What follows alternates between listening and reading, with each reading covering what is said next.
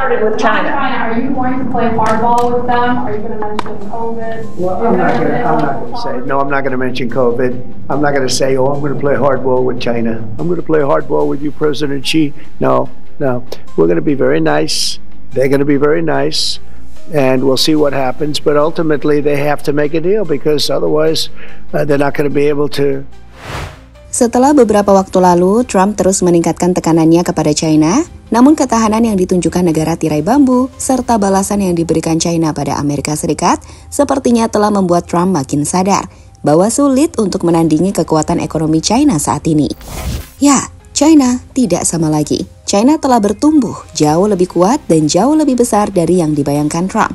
Data dari Al Jazeera menilai, jika sekitar 70% negara mengimpor lebih banyak dari China daripada yang mereka impor dari Amerika Serikat.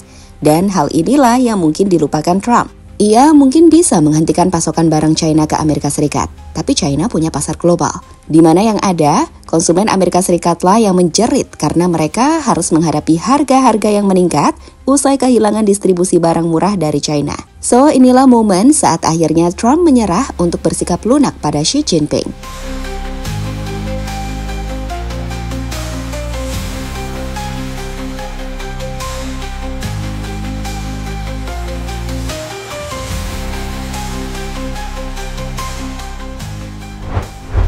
Setelah dalam beberapa waktu kebelakang, Amerika Serikat terus meningkatkan tekanan ekonomi terhadap China melalui kebijakan tarif yang agresif, baru-baru ini Presiden Donald Trump tiba-tiba mengubah nadanya. Jadi, dalam sebuah wawancara di Gedung Putih, Trump menyatakan bahwa ia tidak akan bermain keras dengan China. Ia menilai bahwa ia akan bersikap baik, dan itu juga akan dilakukan China dengan bersikap baik. Pernyataan ini sendiri menunjukkan perubahan sikap yang mencolok dari seorang Trump yang sebelumnya bersikap keras dan konfrontatif terhadap Beijing. Seperti kita tahu, sejak kembali menjabat sebagai presiden, Trump telah fokus untuk mengurangi defisit perdagangan Amerika Serikat dengan China dan membawa kembali lapangan kerja ke Amerika. Strategi utamanya adalah menerapkan tarif tinggi pada barang impor dari China yang dimulai dari 34%, kemudian meningkat menjadi 84%, hingga mencapai puncaknya di angka 145%. Bahkan pada satu titik, tarif mencapai 245%, seperti yang disebutkan dalam beberapa laporan.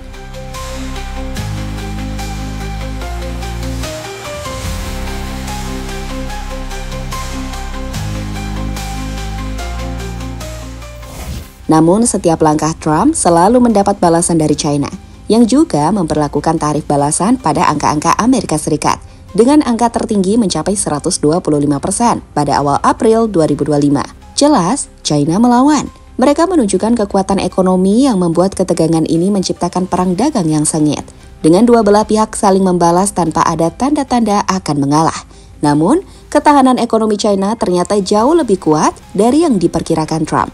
China tidak hanya bertahan, tetapi juga menunjukkan strategi jangka panjang yang matang. Mereka mengubah arah pasar distribusinya jauh-jauh hari. Kini, China tidak hanya bergantung pada Amerika Serikat saat mereka telah menguasai rantai pasokan global. Data dari Al Jazeera mengungkapkan bahwa sekitar 70% negara di dunia mengimpor lebih banyak barang dari China dibandingkan dari Amerika Serikat. China telah berhasil mendiversifikasi pasar ekspornya, terutama ke Asia Tenggara, Afrika, Timur Tengah, dan negara-negara dalam inisiatif Belt and Road, sehingga mengurangi ketergantungan pada pasar Amerika Serikat. Nah, sialnya, saat China menunjukkan bahwa mereka telah siap untuk perang dagang, bahkan untuk jangka waktu lama, konsumen dan perusahaan Amerika Serikat justru yang menderita akibat kenaikan harga barang setelah kehilangan pasokan murah dari China. Banyak perusahaan Amerika Serikat mengaku kesulitan memindahkan rantai pasok mereka ke Amerika Serikat karena ketidakefisienan dan biaya tinggi. Realitas ini tampaknya membuat Trump sadar bahwa sulit untuk menandingi kekuatan ekonomi China saat ini. China bukan lagi negara yang sama seperti 20 tahun lalu, saat sebaliknya. Berdasarkan laporan yang diterbitkan pada bulan Januari oleh Lowy Institute, Tiongkok telah menjadi mitra dagang terbesar bagi setidaknya 60 negara, hampir 2 kali lipat jumlah Amerika Serikat, yang tetap menjadi mitra dagang terbesar bagi 33 negara. Started with China. Are you going to play hardball with them? Are you going to mention COVID? Well, I'm not going to say. No, I'm not going to mention COVID. I'm not going to say, oh, I'm going to play hardball with China. I'm going to play hardball with you, President Xi. No. We're going to be very nice. They're going to be very nice, and we'll see what happens. But ultimately, they have to make a deal because otherwise, they're not going to be able to. Melihat sikap Trump yang mulai melunak, ini bisa dilihat sebagai tanda bahwa ia mulai kehilangan kepercayaan diri di depan Presiden Xi Jinping. Beberapa komentar di X bahkan menyebut Trump menjilat ludah sendiri dengan membuka peluang negosiasi setelah sebelumnya bersikap sangat keras. Seperti beberapa komentar berikut ini. Ya, perubahan itu keras dan jelas. China memegang kendali dengan citra global Amerika yang babak belur. Itu berbau pengendalian kerusakan. Ia membutuhkan kerjasama China dalam hal inflasi, rantai pasokan, atau utang. China memainkan permainan jangka panjang. Trump memainkan momen-momen TV. Ketidaksesuaian itu mulai terlihat. The art of the deal. Trump tidak memenangkan apapun dalam perang dagangnya yang sangat bodoh, kecuali menghancurkan ekonomi. Kapan orang akan menyadari bahwa dia benar-benar tidak tahu apa yang sedang dia lakukan? Trump failed, but some will call it 4D chess. Bisakah kita segera mengakhiri perjalanan mengerikan yang bodoh ini, sehingga saya bisa kembali fokus pada @ClayGuardians Baseball dan @Cavs lari di babak playoff @NBA?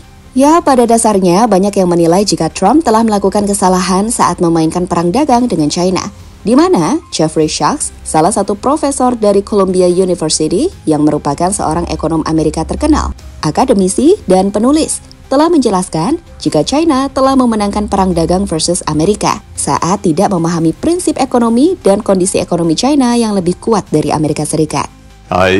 If you take your credit card and you go shopping, and you run up a large credit card debt, you're running a trade deficit with all those shops.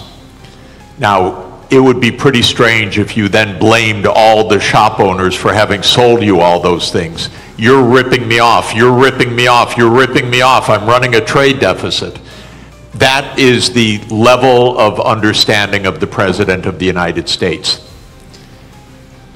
The trade deficit does not represent at all trade policies. It represents spending relative to production or earnings. We call that an identity. I teach it in the second day of my course in international monetary economics. Trump never made it to the second day.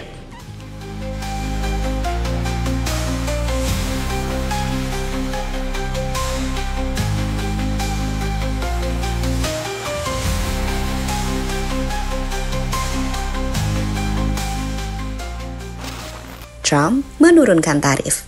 That's true. 145% is very high, and it won't be that high. We're going to be very good to China, have a great relationship with President Xi, but they would make billions and billions and billions of dollars. Menindaklanjuti soal sikap lunaknya pada China, Presiden Donald Trump pun mengatakan bahwa ia tidak akan mengenakan tarif 145% pada China karena terlalu tinggi, dan pada akhirnya itu akan turun secara substansial saat ia juga mengatakan optimisme tentang pembicaraan di masa depan untuk mencapai kesepakatan perdagangan Amerika Serikat China. Ini adalah tanda mundur dari pendekatan agresif sebelumnya, di mana ia terus menaikkan tarif hingga mencapai 245% untuk melemahkan ekonomi China. Namun saat China tak goyah, Trump sadar bahwa perang dagang lewat China kali ini adalah perang dagang yang gak bakal bisa ia menangkan. Rencananya, untuk mengurangi tarif jika bisa membuat kesepakatan dengan China juga dapat diartikan sebagai upaya untuk mengurangi tekanan ekonomi pada konsumen dan perusahaan Amerika Serikat yang terdampak kenaikan harga akibat tarif tersebut.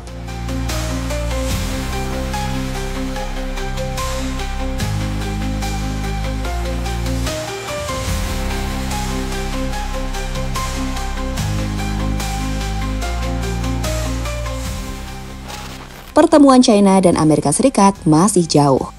Meskipun baru-baru ini Trump coba untuk bersikap lunak, namun sikap keras dan tarif yang telah melampaui imajinasi siapapun membuat China tidak akan mudah untuk diajak negosiasi. China mengatakan bahwa mereka yang bermain api akan binasa, dan sikap lunak Trump tak akan serta-merta memadamkan api yang telah ia sulut. Pendapat para ahli, Wu Xinbo, Direktur Pusat Studi Amerika di Universitas Fudan Shanghai, mengatakan bahwa Perilaku Trump yang kasar dan tidak masuk akal telah membuat perundingan apapun pada paruh pertama tahun ini sangat tidak mungkin. Sementara Ali Wine, penasihat senior penelitian dan advokasi yang berfokus pada hubungan Amerika Serikat-Tiongkok, mengatakan baik Trump maupun Xi tidak akan ingin menyampaikan bahwa ia telah mengalah pada yang lain. Dan terakhir, Thornton dari Yale menilai China mungkin masih mencium peluang di tengah kehancuran ekonomi Trump. Keterasingan massal yang sangat tidak dipikirkan matang-matang oleh Trump terhadap negara lain mungkin berarti lebih banyak penerimaan terhadap jangkauan Tiongkok. Beijing kemungkinan sedang melakukan penyelesaian ekonomi.